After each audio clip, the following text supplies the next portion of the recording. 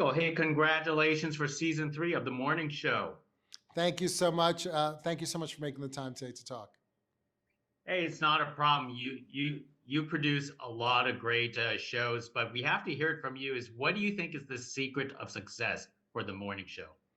Um, it's probably not a secret. It's our incredible cast. That's like you haven't seen anything like it before on television. And then Mimi and Charlotte and Reese and Jen. That as a team, we never take for granted that obviously audiences are excited to see these wonderful actors, but no one's content to make a safe show.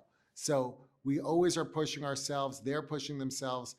So it's this incredible cast taking on incredibly provocative, rich material, and as characters, they're fairly fearless about letting the characters make more. They get it wrong more than they get it right, and I think that's why audiences respond so much to it. And that's because they're fearless producers, and it's so for the actors, it's more exciting to play. I think it's more riveting for the audience as well. I think the series is entirely riveting, season after season. But just like the characters that work with producers behind the scenes, how much involvement does Jennifer and Reese has on a production like this? I mean, they're involved in everything. Obviously, when they're acting, right? So they're fairly busy with their day job. But they give notes on everything from cast to the writers we hire to the other actors. And when you're wooing an actor, they're often your best weapon, because there's nothing more powerful than getting a note from Jennifer Aniston or Reese Witherspoon asking you to join our show. So it's a real blessing to have them not just as performers, but as producing partners as well. And when you're on the ground with them, they know production better than almost anyone on the floor, right? So they've just also done it for a while, and they've done it with an intelligence and with a sense of professionalism that it elevates everyone who works with them. Can you tell us about the theme for this season?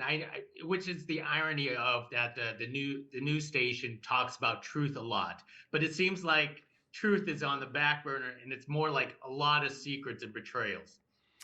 Yeah, I mean that the tension of their jobs are they're meant to deliver the news as it is, describe the world with a smile, but describe the world as it is. The network itself may no longer exist.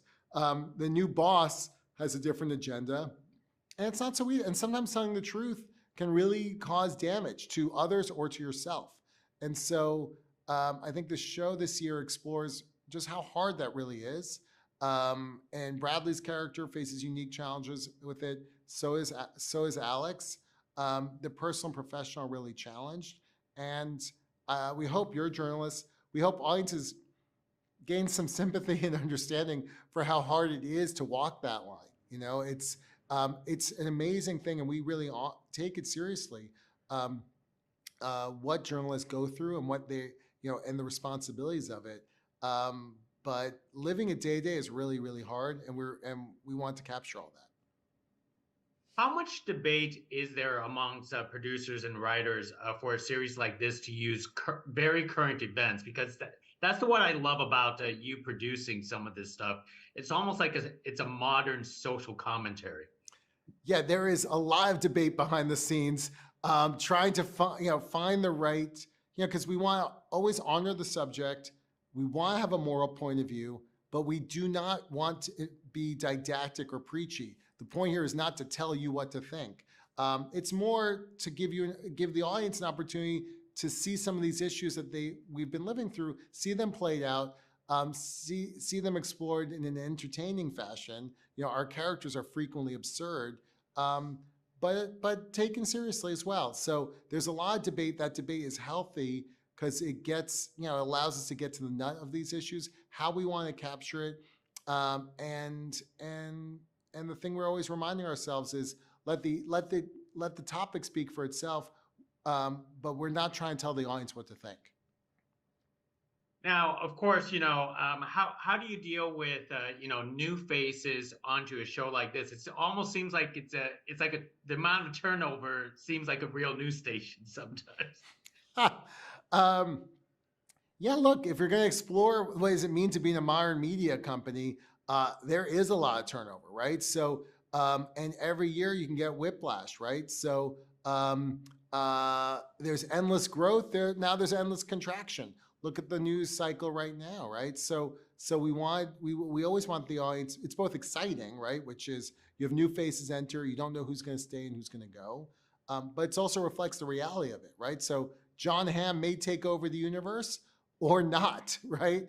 Stella was brought in from the outside, the great Greta Lee, and she may inherit the earth. I think with her, there's particularly interesting questions, which is, does she really want to?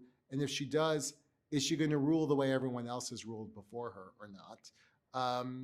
And yeah, but so we want the audience to be kept on their toes. As producers, we want to be stimulated, so we're trusting if we're excited, if it's fresh for us, hopefully it's fresh for the audience, because that's what matters most in the end, obviously.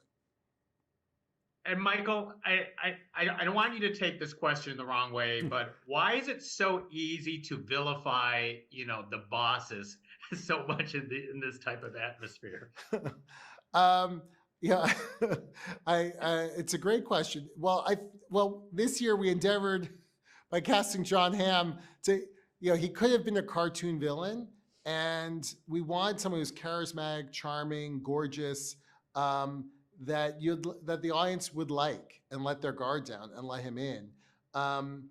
This show is very much about power, who wields it, and who deserves to wield it. So frequently we've been questioning whether the people who have that power deserve to have it.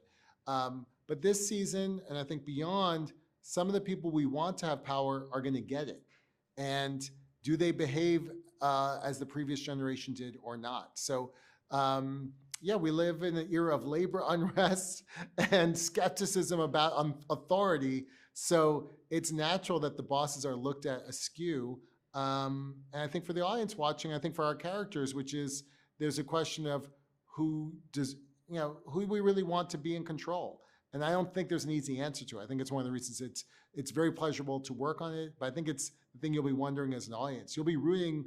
Your sympathies shift all the time. You are absolutely correct. Not a black and white world, but a very gray world. Thank you very much, Michael, for carrying this conversation with us. Thank you. Really appreciate it.